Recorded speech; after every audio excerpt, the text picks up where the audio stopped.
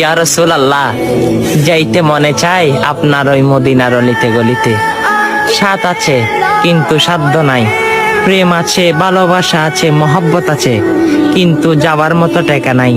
না জানি আপনি ঘুমের ঘরে এসে দিদারে মুস্তাফা নসিব করেন কিনা, আর আমার তৌফিকে দেন কিনা আপনার রওজা মোবারক জিয়ারত করার জন্য।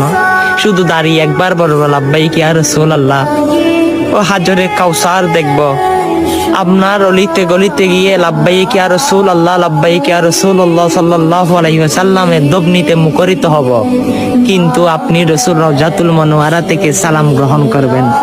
জানি না আমি আপনার নসিবে আমি থাকি কিনা, আপনার ওই রওজা মোবারক দেখতে দুই নয়নে চুপ ভরিয়া জল ফেলে ফেলে আমি ওই রওজার চারিদিকে ঘুরবো, সেই নসিব হয় কিনা। আপনার পাগল উম্মতদের একবার হলেও তৌফিক দান করে দিয়েন।